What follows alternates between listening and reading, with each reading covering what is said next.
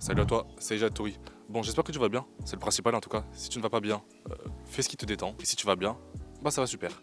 En tout cas, aujourd'hui, on change un petit peu de contenu habituel parce que vous avez été énormément nombreux à me poser des questions sur moi, sur le Japon, sur les interviews, sur mon parcours ou même sur ma vie personnelle. Du coup, j'ai sélectionné les questions que vous m'avez envoyées sur Instagram ou sur YouTube et je vais profiter de cette FAQ pour y répondre. Je vais essayer également de te donner des conseils sur comment organiser ton voyage au mieux au Japon ou même d'autres conseils sur la vie au Japon de manière générale.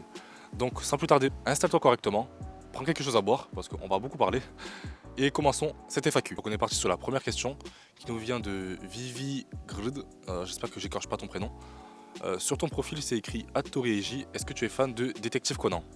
Alors, très bonne question. Oui, évidemment que je suis fan de Détective Conan, sinon je ne prendrais pas le pseudo d'un personnage. Donc, ouais, gros fan de Détective Conan.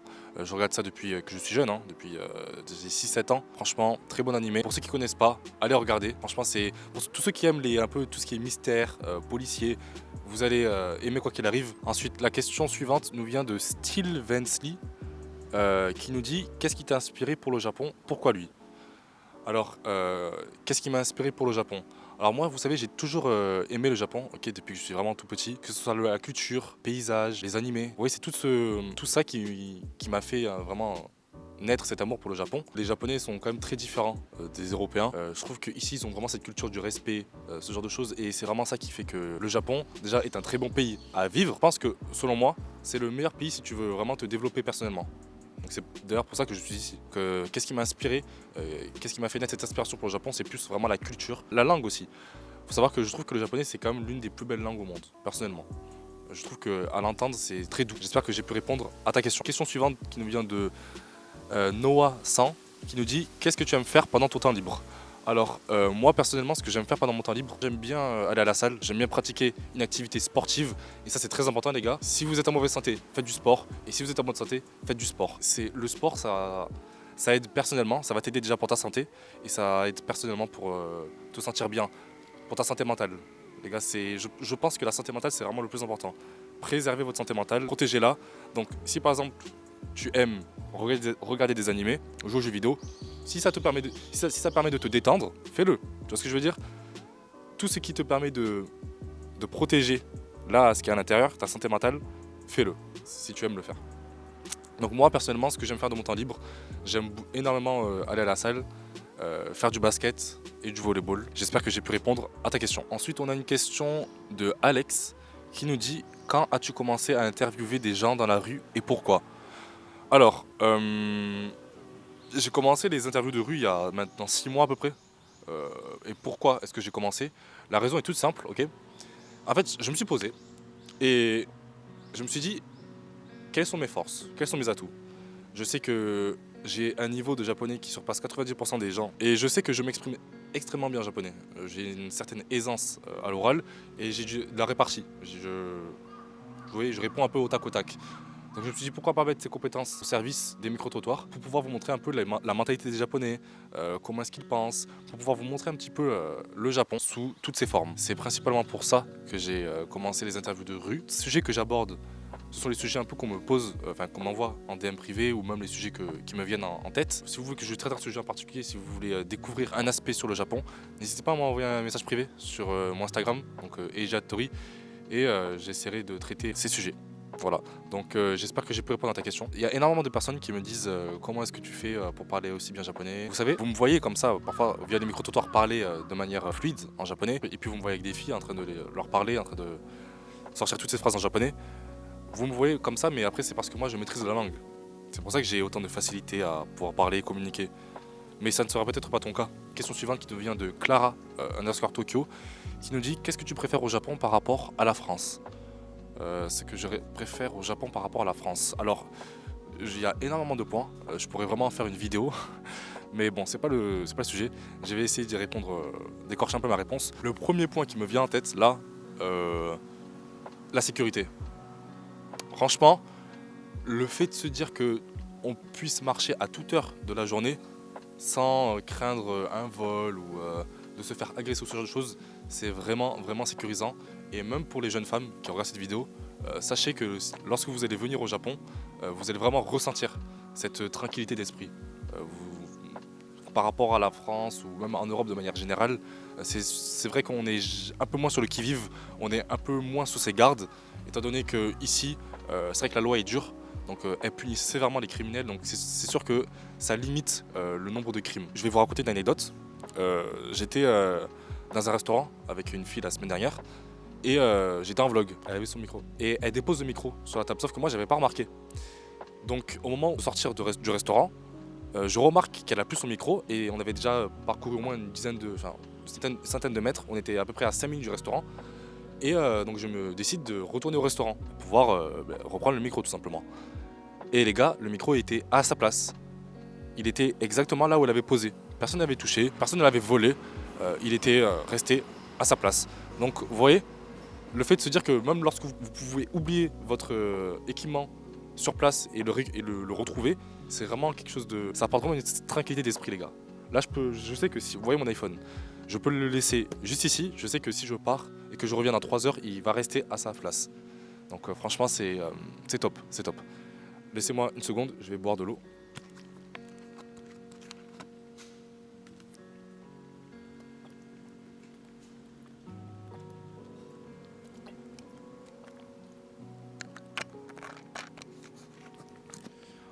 Ok, donc j'espère que j'ai pu répondre à ta question. Donc on a une question suivante qui nous vient de Thibaut. Alors, tu parles combien de langues? Bonne question. Alors moi je parle, à ma connaissance, hein, je parle 3 langues. Donc je parle le français, comme vous pouvez l'entendre. Je parle l'anglais, assez pour me faire comprendre et pour communiquer de manière pas native, mais ça va, je me débrouille. Et le japonais. Donc c'est les 3 langues principalement que je vais maîtriser au quotidien. Et à côté de ça, je parle un peu espagnol, mais vraiment un tout petit peu. Et c'est tout. Ouais. Donc voilà. Ensuite, on a une question de Bilal qui nous dit: tu comptes faire du contenu dans d'autres pays de temps en temps? Alors, pas vraiment, dans le sens où moi je suis principalement axé sur le Japon, étant donné que je vis ici. Mais lorsque je suis en voyage, lorsque par exemple je suis allé en Corée ou en Chine, c'est vrai que j'ai fait des vlogs, donc on peut compter ça comme du contenu à proprement parler. Donc oui, lorsque je vais être en déplacement dans d'autres pays, je vais essayer de vous vlogger ça, de vous montrer un peu les aspects du pays dans lequel est-ce que je voyage à travers les vlogs. Mais je ne ferai pas vraiment de micro-trottoir par exemple en Corée ou en Chine ou quoi que ce soit d'autre. Parce que tout simplement je maîtrise le japonais et je veux vous faire découvrir le Japon. Donc voilà, j'espère que j'ai pu répondre à ta question. Ensuite, on a une question de Kayama Kirigi. J'espère que j'ai pas écorché ton prénom. Comment tu t'es retrouvé au Japon? Études, voyage, famille ou juste envie? Alors, comment est-ce que je me suis retrouvé au Japon? C'est la question qui va revenir le plus souvent. Alors, moi, il faut savoir, les gars, je vais dans une fac japonaise actuellement. Ok. Je suis en visa études. Donc, études pour 1 an. Une fois que ce visa études va être terminé, je vais rentrer en France parce que j'aurai pas le choix. Ok. Mais je compte bien retrouver du travail, revenir après ici et retrouver du travail à temps plein. Ok. Donc, ouais, je me suis retrouvé ici pour les études, quoi. Donc j'espère que j'ai pu répondre à ta question. Ensuite, on a une question de Emma qui nous dit: est-ce que tu te sens seul parfois au Japon? Alors, je me sens seul, oui. Parce que c'est vrai que lorsque vous savez vous êtes loin de votre famille à des dizaines et des dizaines de milliers de kilomètres, au quotidien c'est pas facile tous les jours. Mais après c'est vrai que moi j'ai des amis ici, donc lorsque j'ai du temps on se voit, ok. Notamment Japalvin, je pense que vous le connaissez, mais c'est un ami, un très bon ami à moi. Donc oui, moi je me sens pas vraiment seul dans la mesure où je vois des amis, tu vois, je suis pas, j'ai des relations sociales avec les gens. euh, Même de manière générale, lorsque je fais des micro-trottoirs, lorsque je fais des interviews de rue, je rencontre des gens, ok. Je peux pas dire que je me sens seul à proprement parler, étant donné que je rencontre énormément de gens au quotidien. Après, c'est sûr que parfois j'ai ces moments de solitude, ces moments où par exemple je vais aller à la salle, vous savez, je vais être un peu dans ma bulle. Quand je fais le montage de mes vidéos, je suis seul, vous voyez. C'est-à-dire que parfois j'ai des moments de solitude, mais je pense pas que c'est une mauvaise chose d'être seul. Vous savez, ça permet de mieux se connaître. Vous allez connaître un peu vos limites, ce dont vous êtes capable. Je pense que c'est une très bonne expérience d'être seul pendant quelques temps. Pour tous ceux d'ailleurs qui ont l'occasion de partir en voyage, de découvrir un nouveau pays, je vais vous recommander de le faire parce que c'est vraiment une expérience personnelle. C'est très enrichissant pour vous déjà, et vous allez, je sais pas, vous allez mieux vous sentir, vous allez vous sentir plus intelligent, vous allez vous sentir mieux. En tout cas, j'espère que j'ai pu répondre à ta question. Ensuite, on a une question de Cass qui nous dit: tu as interviewé des gens au hasard dans la rue? Alors, oui. Oui, moi je fais pas des interviews planifiées. Tout ce que vous voyez, bon, après vous savez que vous voyez directement la vidéo, mais il faut savoir qu'avant avant que je fasse le micro-trottoir, avant que je fasse l'interview, c'est vrai que moi j'aborde les gens. Donc par exemple, ici il y a des gens qui marchent dans un parc, moi je vais aller vers eux et je vais les aborder tout simplement, je vais leur proposer une micro-trottoir, une interview. Après c'est vrai que c'est pas facile parce que vous savez les gens sont... Enfin au Japon, pas ils sont timides mais ils sont un peu sur la réserve. Donc lorsque vous voyez des micro-trottoirs, il faut savoir que je me suis pris parfois, je me suis pris énormément de refus avant d'avoir une interview. Donc vous voyez que la face émergée de l'iceberg. Pour ta question, sache que ouais, j'interviewe des gens au hasard. Ensuite, on a une question de Black Micmac qui nous dit: tu as appris le japonais ou tu es né là-bas? Non, moi je ne suis pas né au Japon. Je suis né en France, mais ouais, j'ai appris le japonais depuis que 10 ans à peu près. Ça fait une dizaine d'années que je pratique le japonais. J'ai maîtrisé l'art de la langue japonaise. C'est pour ça que j'ai autant de facilité à me faire comprendre ou à communiquer en japonais. Pour ceux qui voudraient atteindre mon niveau, sachez que ça prend du temps. Le japonais, c'est pas une langue qui se maîtrise en un mois. Vous voyez ce que je veux dire? Enfin, c'est possible. En fait, ça dépend de votre niveau de régularité et votre discipline. Si vous entretenez une bonne discipline, c'est possible d'atteindre un très bon niveau. Après, ça va dépendre aussi de vos objectifs. Est-ce que vous voulez utiliser le japonais simplement parce que vous allez aller en voyage au Japon? Est-ce que vous voulez utiliser le japonais parce que par rapport à votre travail? Vous voyez, en fonction de votre objectif, vous n'allez pas vous fixer la même discipline. Vous voyez, moi personnellement, j'apprends le japonais depuis que je suis vraiment bambin, donc c'est normal que maintenant j'ai un très bon niveau, quoi. Donc en tout cas, j'espère que j'ai pu répondre à ta question. Ensuite, on a une question de Arthur.creator qui nous dit: combien de temps tu passes par semaine à faire du contenu? Alors, moi, je vais passer la plupart de mon temps à créer du contenu, pour être plus exact, tous les jours en fait. Tous les jours. Vraiment, ce travail, c'est une affaire de tous les jours. C'est au quotidien. Je crée du contenu pour ma communauté, ok, pour vous montrer un peu le Japon. Donc, moi, je vais passer vraiment la plupart de mon temps à créer du contenu. Voilà. Ensuite, question suivante. On a une question de Antoine qui nous dit: est-ce que la vie au Japon est vraiment comme dans les animés? Ah putain, Antoine. Antoine. Non, la vie au Japon, c'est pas comme dans les animés. Enfin, qu'est-ce que tu entends par comme dans les animés? Ça veut dire que oui, ici, il parle comme dans les animés, enfin, il parle japonais. Donc il parle comme dans les animés.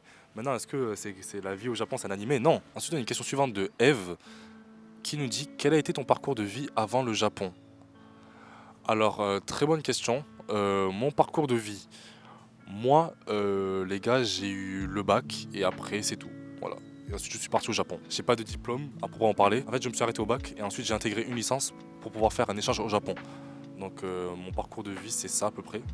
Voilà, j'espère que j'ai pu répondre à ta question. Ensuite, on a une question de Maxime Ward qui nous dit: quel était ton niveau de japonais quand tu es arrivé? Alors, pour ceux qui connaissent le GLPT, moi, je pense que j'avais un niveau N3. N3 boosté. Vraiment N3 plus. Maintenant, mon niveau, je pense que j'ai un N2 solide. N2 solide, ouais, N2 solide quand même. En tout cas, pour ce qui est du parler, j'ai un N2 solide. Ouais. Ensuite, pour ce qui est de l'écrire, les kanji et tout, bon, ça va, je me débrouille bien. J'ai un niveau N3 en kanji, je pense. Mais c'est vrai qu'avec le temps, étant donné que je vis ici, ça fait qu'au quotidien, je suis confronté au japonais. Ça fait que mon niveau, plus les jours avancent, plus mon niveau grimpe. Je level up comme pas possible. Par rapport à ça, si vous voulez vous améliorer dans une langue, que ce soit l'espagnol, le chinois, le mandarin, l'italien, la meilleure manière de pouvoir vous améliorer dans la langue, c'est tout simplement de venir sur place et être confronté à cette même langue. C'est vraiment le moyen le plus efficace en tout cas. Si vous voulez réellement devenir, en tout cas, atteindre un niveau natif. Moi personnellement, après, c'est vrai que bon, moi je suis une exception, donc je vais pas prendre mon cas pour en faire une généralité. Personnellement, je suis une exception, mais je peux aussi te conseiller d'apprendre via des animés ou les musiques japonaises. Ça peut être un bon moyen.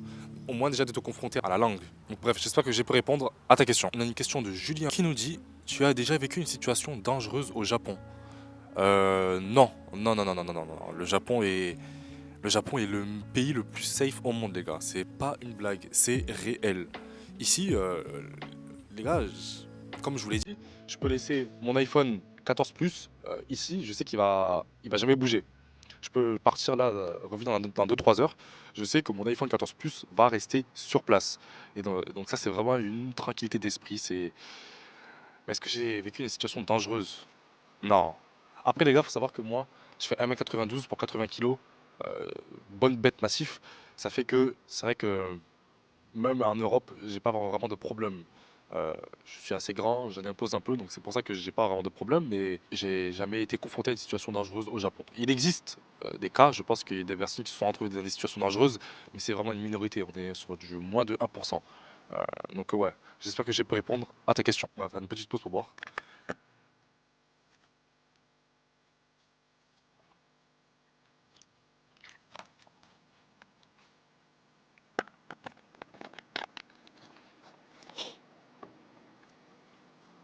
Donc, on a une question suivante qui nous vient de Cass underscore 2236. Est-ce que vous faites guide au Japon?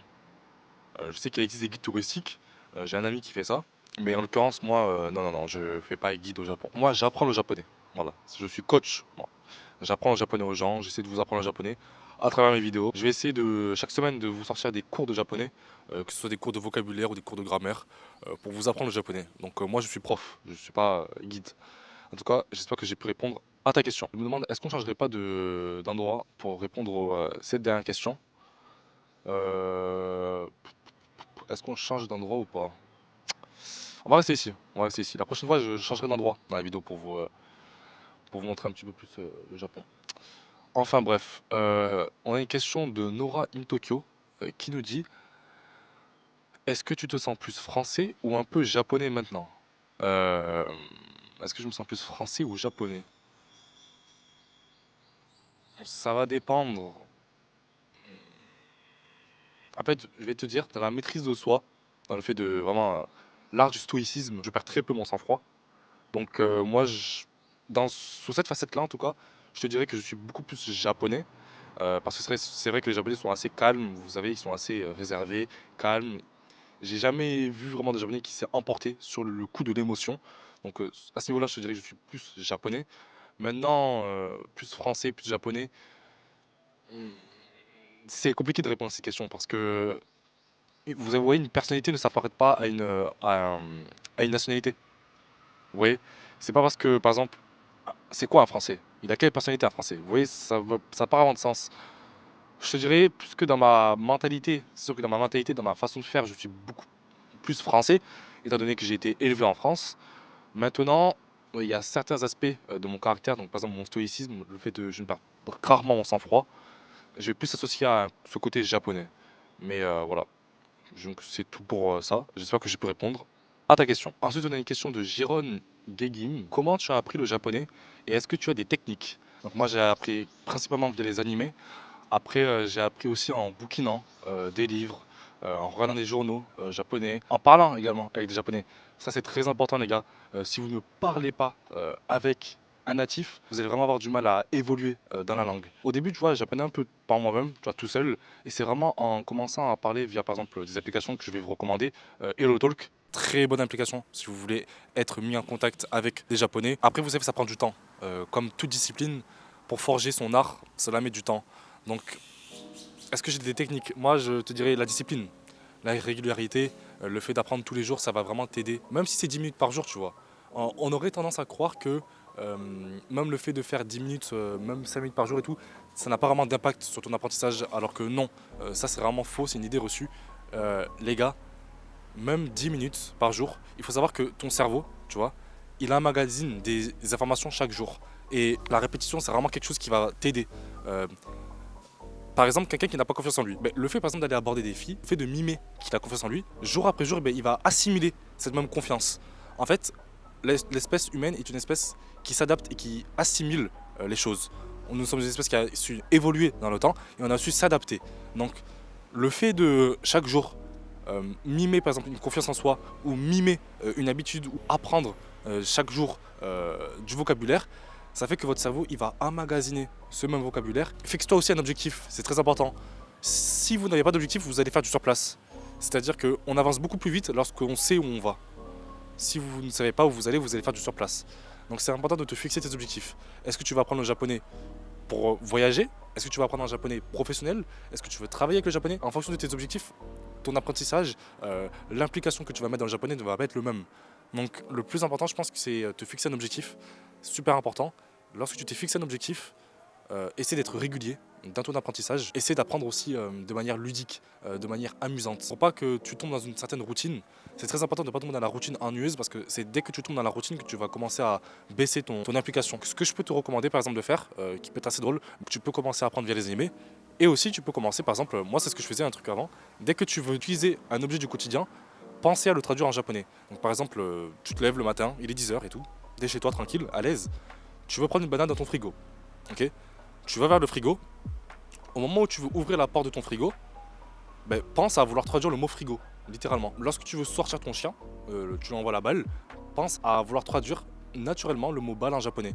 C'est un moyen tout simple de commencer vraiment à assimiler le vocabulaire déjà du quotidien en japonais. Moi, c'est quelque chose que je faisais au quotidien et je peux pas dire que c'est un truc qui a changé du tout au tout, mais c'est quelque chose, c'est une petite habitude que tu peux prendre qui est assez drôle, qui est pas forcément très redondant, qui est pas chiant. Parce que ce qui est important, c'est de pas tomber dans cette routine qui devient monotone, qui devient ennuyeux. Essaie de te réinventer au quotidien, essaie de trouver de nouvelles méthodes pour apprendre le japonais très facilement. Ensuite, là, les gars, je vais vous donner une technique. Ça, c'est vraiment un truc qui m'a fait passer de 0 à 100 et c'est réel. Les gars, là, je vais vous donner une pépite. Parle avec des japonais. C'est simple, hein, c'est simple. Parle avec des japonais. Parce qu'en fait, les gars, il faut se dire que si vous n'arrivez pas si vous n'êtes pas confronté à la langue japonaise, si vous ne parlez pas la langue que vous apprenez, ça va être très compliqué, voire impossible à vous améliorer dans cette langue, à parfaire votre art. Pourquoi? C'est très important de se confronter au japonais, parce que tu vas voir déjà de 1 les erreurs que tu fais, parce que peut-être que tu parles un bon japonais, mais peut-être que tu fais des erreurs aussi, peut-être que tu ne le remarques pas. Donc déjà le fait de parler avec un natif, ça va te faire prendre conscience de tes erreurs, parce qu'en parlant avec lui, il va te dire ah korishi korisha, ah c'est pas comme ça qu'on dit ici ou qu'on dit ça.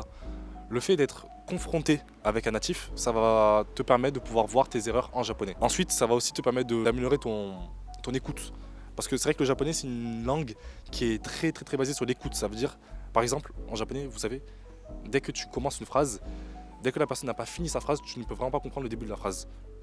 Donc en fait, ça te force à vraiment améliorer ton écoute. Donc vraiment, le fait de parler, c'est vraiment quelque chose moi qui m'a fait passer de 0 à 100. C'est vraiment quelque chose qui m'a fait level up comme pas possible. Le fait de parler au quotidien, ça m'aide vraiment énormément pour apprendre, pour parfaire mon art en japonais. Donc ce que je vais vous conseiller, c'est d'être confronté avec un natif, de regarder des animés. Les gars, regardez des animés où ils parlent un japonais assez basique. C'est vrai que si vous entendez si vous regardez un animé un peu fantasy, ça va être compliqué d'apprendre le bon, en tout cas le vocabulaire qui va vous servir au quotidien, parce que ils utilisent un lexique, un champ lexical lié à la fantasy. Donc je vais vous conseiller de regarder un animé qui va être plutôt un peu neutre, un peu par exemple Detective Conan, c'est un très bon animé si vous voulez apprendre le japonais de manière simple et neutre, parce qu'ils vont utiliser un champ lexical du quotidien, étant donné que c'est pas un animé qui est porté sur la fantasy ou quoi. J'ai entendu parler d'un animé, il y en a qui connaissent, ça s'appelle Euphonia ou Euphonium, je sais plus exactement. Ça, j'ai entendu parler de cet animé, c'est un très bon animé si vous voulez vraiment apprendre le japonais de manière simple, rapidement, facilement. Et voilà. Donc ouais, soyez confrontés à un natif, apprenez via les animés et essayez d'être discipliné. Ça c'est très important. Donc c'est les techniques que je vais vous recommander. Ok, j'espère que j'ai pu répondre à ta question. Donc ensuite on a une question de Joshua qui nous dit combien t'as boubouri de Jap.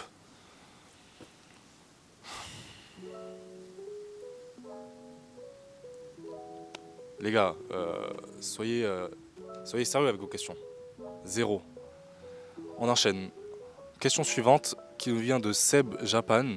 Combien de temps t'a-t-il fallu pour te sentir à l'aise en japonais? Alors, par à l'aise, tu entends le fait de ne plus devoir réfléchir pour parler japonais.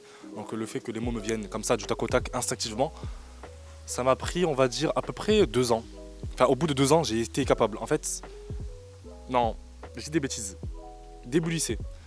Sachant que j'ai commencé à apprendre à l'école primaire, genre en CM2. Début lycée, j'ai vraiment été capable de répondre au tac au tac, de ne plus forcément avoir à réfléchir pour parler japonais. Mais en fait, ça a commencé quand j'ai commencé à parler avec des japonais. Tout simplement. Dès que j'ai commencé à parler vraiment avec des japonais, j'ai commencé à améliorer mon niveau de langue. Pour ce qui est de l'écrit, ça c'est différent. J'ai un peu lâché l'écrit, les kanji et tout. Mais en tout cas, pour ce qui est de l'oral, ça a commencé début lycée, donc ça va faire maintenant longtemps, très longtemps. En tout cas, j'espère que j'ai pu répondre à ta question. Ensuite, on a une question de 8, José qui nous dit même si c'est pour 1 an, comment trouver du travail pour les étrangers? Alors, pour trouver du travail, c'est possible de trouver du travail, ok. Alors, pour vous expliquer, en fait, ici, il y a énormément d'offres pour beaucoup de demandes. En fait, ici, le marché, les gars, n'est pas saturé. Il n'est pas saturé du tout.